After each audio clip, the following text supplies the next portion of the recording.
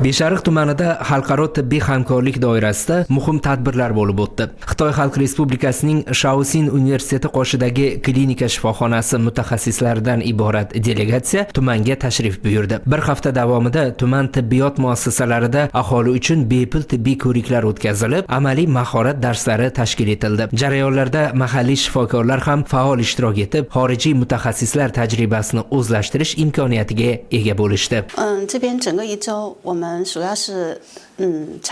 Bir necha kun davomidagi kuzatishlarimiz natijasida bo'g'im kasalliklari, bachadon kasalliklari, gipertoniya, cerebrovaskulyar kasalliklar, yog'li gepatoz hamda semirish kabi xastaliklar nisbatan ko'proq uchrayotganini aniqladik. Ushbu kasalliklarning kelib chiqishi asosan noto'g'ri ovqatlanish odatlari va kam harakat turmush tarzi bilan bog'liq deb hisoblaymiz. An'anaviy Xitoy tibbiyoti nazariyasiga ko'ra, mol va qo'y go'shti kabi yog'li hamda issiq tabiatdagi mahsulotlarni ortiqcha iste'mol qilish ichki namlik yig'ilishiga yoki jigarda haddan tashqari yog' to'planishiga olib kelishi mumkin. Bu esa gipertoniya va cerebrovaskulyar kasalliklarga moyillikni oshiradi. Shuningdek, ovqatlanish odatlari mahalliy aholi orasida semirishning keng tarqalishiga sabab bo'lib, natijada tayanch harakat tizimiga ortiqcha yuk tushmoqda va tizza bo'g'imlari kasalliklari ko'proq uchramoqda. So'nggi kunlarda biz avvalo bir qator mahalliy shifoxonalar faoliyati bilan tanishdik. Asosiy e'tibor esa mahalliy shifokorlar bilan hamkorlikda bemorlarga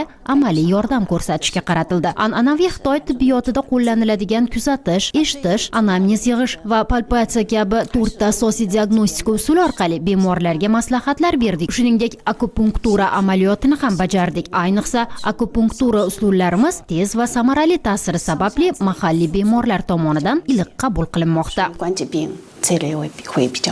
Xitoylik mutaxassislar O'zbekistonda amalga oshirilayotgan Yashil makon umummilliy loyihasini mamnuniyat bilan qo'llab-quvvatlashdi. Ular ushbu tashabbusga qo'shilib, ko'chat ekish marosimida ham ishtirok etdi. Shu tariqa tumanda mo'jazgina Xitoy-O'zbekiston do'stlik bog'iga asos solindi. Umrimda ilk bor daraxt ko'chatini ekishim. Bundan juda mamnunman, deydi delegatsiya a'zosi Ling Xiaohui.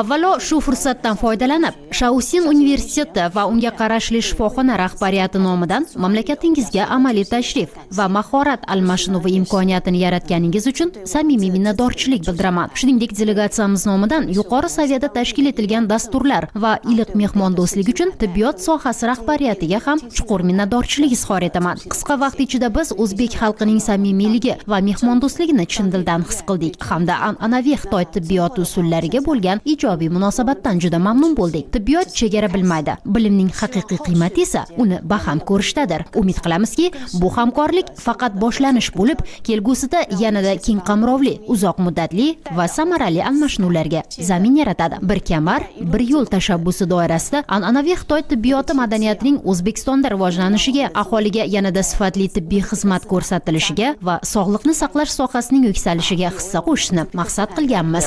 整个的一个医疗卫生事业带来一个高质量的发展。